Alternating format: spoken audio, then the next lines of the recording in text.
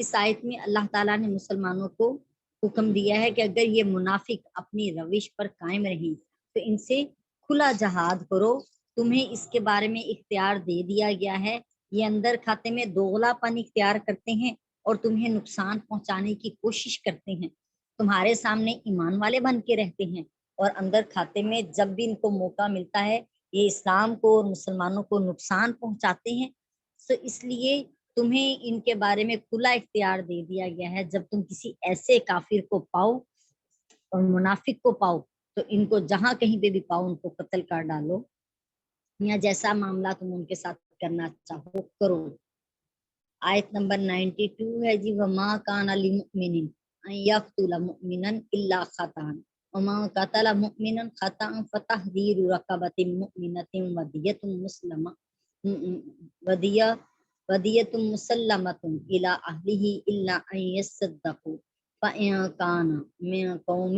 عدو لكم وهو مؤمن فتحرير رقبة مؤمنة وإن كان من قوم بينكم وبينهم ميثاق فدية مسلمة إلى أهله وتحرير رقبة مؤمنة فمن لم يجد فصيام شهرين متتابعين توبة من الله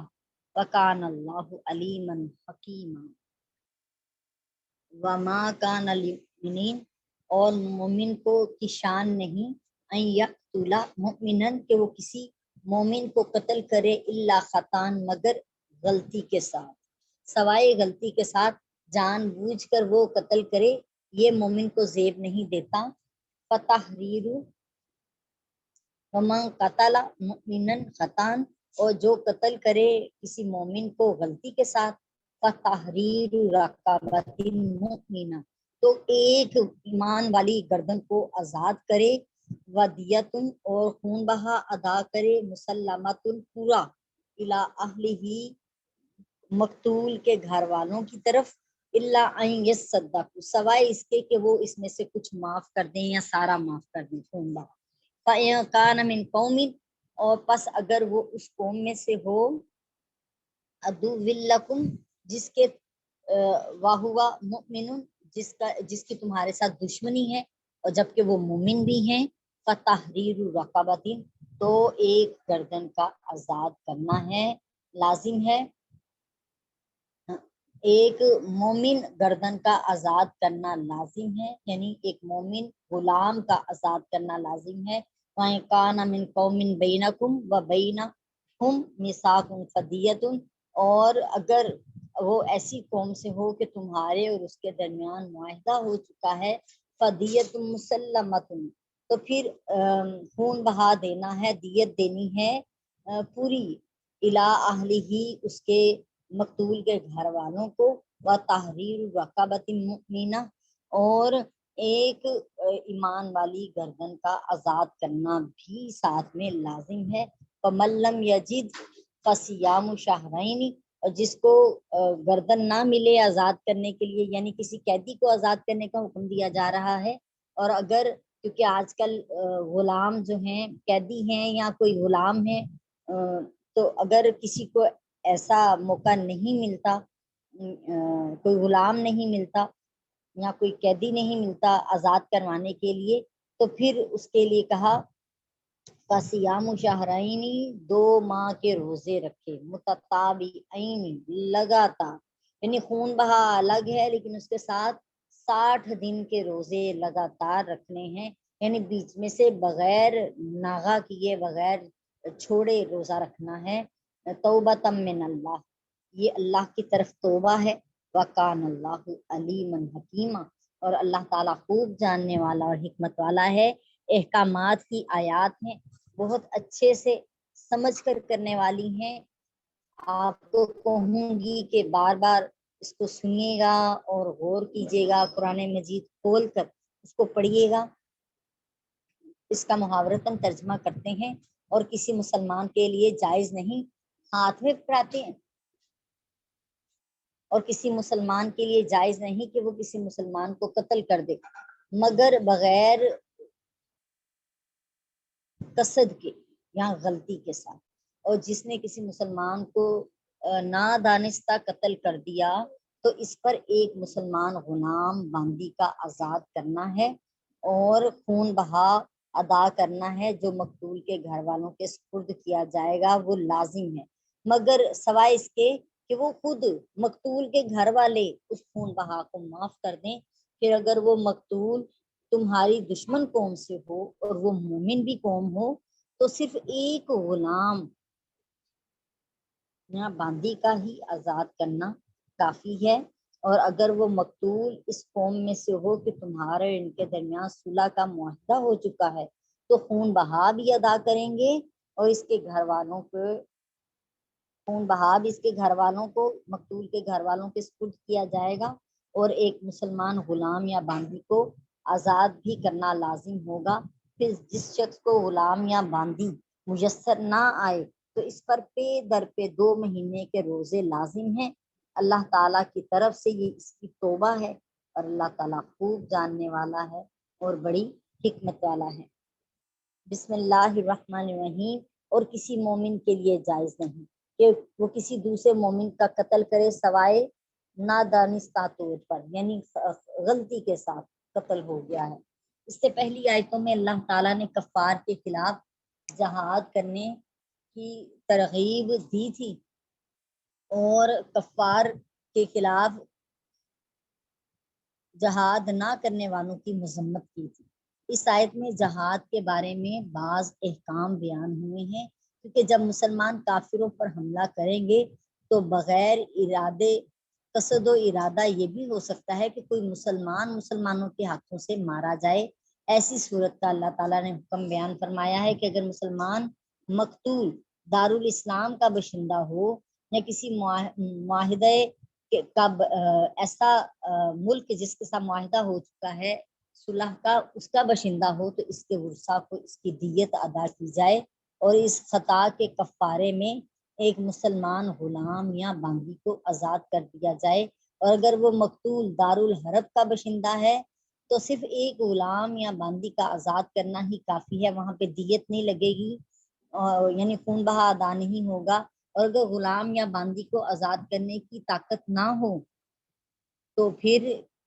دونوں صورتیں ہیں، یا تو غلام باندی نہ میسر ہو، اس صورت میں بھی، یا آپ کے پاس اتنے پیسے نہیں ہیں کہ آپ غلام یا باندی خرید کر اس کو آزاد کر سکیں، تو دونوں صورتوں میں 2 ماہ کے مسلسل روزے رکھنے کا حکم ہے۔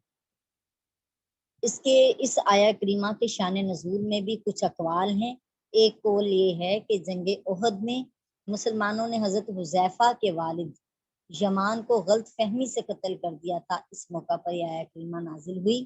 جبکہ یہاں پہ صحیح بخاری شریف میں امام محمد بن اسماعیل بخاری رحمۃ اللہ علیہ بھی روایت کرتے ہیں، عائشہ صدیقہ رضی اللہ تعالیٰ عنہ اس حدیث کو بیان کر رہی ہیں کہ جنگ احد کے دن مشرکین شکست کھا گئے تھے، اس وقت ابلیس لعنت اللہ علیہ، اللہ اس پر لعنت کرے، نے چلا کر کہا اے اللہ کے بندو اپنے پیچھے والوں پر حملہ کرو، پھر اگلی صفوں نے پچھلی صفوں پر حملہ کیا اور وہ آپس میں گتھم گتھا ہو گئے۔ اچانک حضرت حذیفہ نے دیکھا کہ مسلمان حضرت یمان پر حملہ کر رہے ہیں، انہوں نے چلا کر کہا یہ میرے باپ ہیں، یہ میرے باپ ہیں۔ حضرت عائشہ نے بیان کیا باخدا وہ اس وقت تک باز نہیں آئے جب تک کہ انہوں نے حضرت یمان کو قتل نہیں کر دیا۔ حضرت حذیفہ نے کہا اللہ تعالیٰ تمہاری مغفرت فرمائے۔ دوسرا قول یہ ہے کہ بنو عامر کا ایک شخص مسلمان ہو گیا، حضرت ایاس بن ابی ربیعہ کو اس کی خبر نہیں تھی، انہوں نے غلط فہمی سے اس کو قتل کر دیا۔ اس کی تفصیل بھی امام ابن جریر طبری رحمۃ اللہ علیہ اپنی سند کے ساتھ روایت کر رہے ہیں۔ حضرت ایاش بن ابی ربیعہ ابو جہل بن ہشام کے ستیلے بھائی تھے، اخیافی بھائی تھے، وہ مسلمان ہو گئے، یعنی ماں کی طرف سے بھائی تھے ستیلے، اور رسول اللہ صلی اللہ علیہ وسلم کے ساتھ ہجرت کرنے سے پہلے مہاجرین اولین کے ساتھ مدینہ چلے گئے۔ ابو جہل، حارث بن ہشام اور ان کے ساتھ بنو عامر کا ایک اور شخص تھا، یہ ان کو لینے کے لیے مدینے پہنچ گئے۔ عیاش سے ان کی ماں بہت محبت کرتی تھی، وہ انہوں نے کہا تمہاری ماں نے قسم کھائی تھی کہ جب تک تم کو دیکھ نہ لے گی سائے میں نہیں بیٹھے گی، وہ دھوپ میں لیٹتی ہے، تم جا کر اپنی ماں کو دیکھ لو پھر واپس چلے آنا۔ اور انہوں نے اللہ کی قسم کھا کر یقین دلایا کہ وہ ان کو واپس مدینے بھیج دیں گے۔ جب وہ مدینے کی حدوں سے باہر آئے تو انہوں نے حضرت عیاش کو باندھ لیا اور بنو عامر کے شخص نے ان کو کوڑے مارے اور اس پر انہوں نے قسم کھائی تھی کہ وہ عامری کو قتل کر دیں گے۔ پھر وہ کافی عرصے تک مکہ میں قید رہے اور فتح مکہ کے دن آزاد ہوئے۔ ایک دن کے سامنے سے عامری آ رہا تھا، وہ مسلمان ہو چکا تھا، حضرت عیاش کو اس کے اسلام لانے کا علم نہیں تھا، انہوں نے اس کو قتل کر دیا۔ اس موقع پہ آیا کلمہ نازل ہوئی۔ یہ جامع البیان میں اس کا بیان آیا ہے۔ علامہ واحد نیشا پوری رحمۃ اللہ علیہ نے لکھا ہے کہ حضرت عیاش بن ابی ربیہ نے غلط فہمی سے حارث بن زید کو قتل کیا تھا، اس کے گمان میں وہ کافر تھا اور ان کو ان کے اسلام لانے کی خبر نہ تھی۔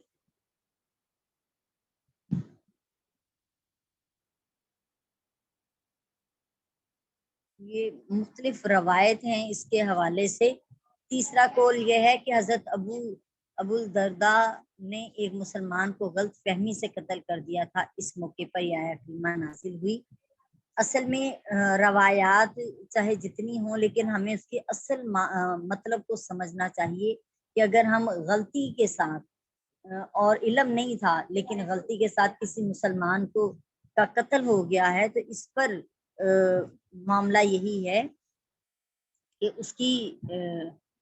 کی دیت بھی ادا کرنی پڑے گی اور ساتھ میں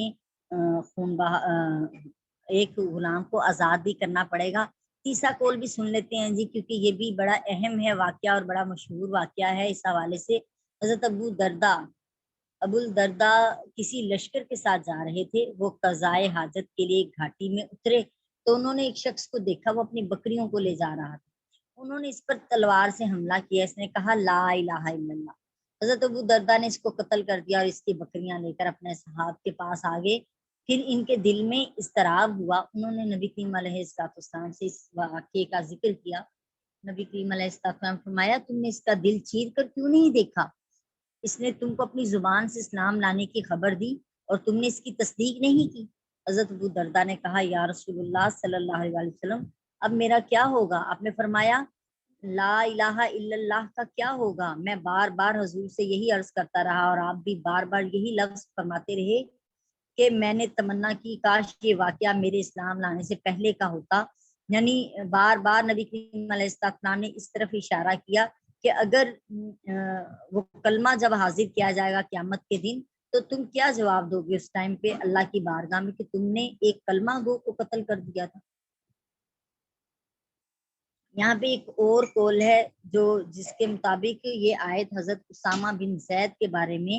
نازل ہوئی ہے کہ انہوں نے غلط فہمی سے مرداس بن عمر کو غلطی سے قتل کر دیا تھا۔ حضرت امام مسلم بیان کر رہے ہیں اس حدیث کو صحیح مسلم شریف میں کہ حضرت اسامہ بن زید رضی اللہ تعالیٰ عنہ بیان کرتے ہیں کہ ہمیں نبی کریم علیہ السلام نے ایک لشکر میں بھیجا، ہم صبح کے وقت ایک مقام حرکات میں پہنچے اور میں نے ایک شخص کو پکڑ لیا، اس نے کہا لا الہ الا اللہ، میں نے اس کو نیزے سے مار دیا، پھر مجھے اضطراب ہوا تو میں نے نبی کریم علیہ السلام سے اس واقعے کا ذکر کیا۔ نبی کریم علیہ السلام نے فرمایا کیا اس نے لا الہ الا اللہ کہہ دیا تھا؟ پھر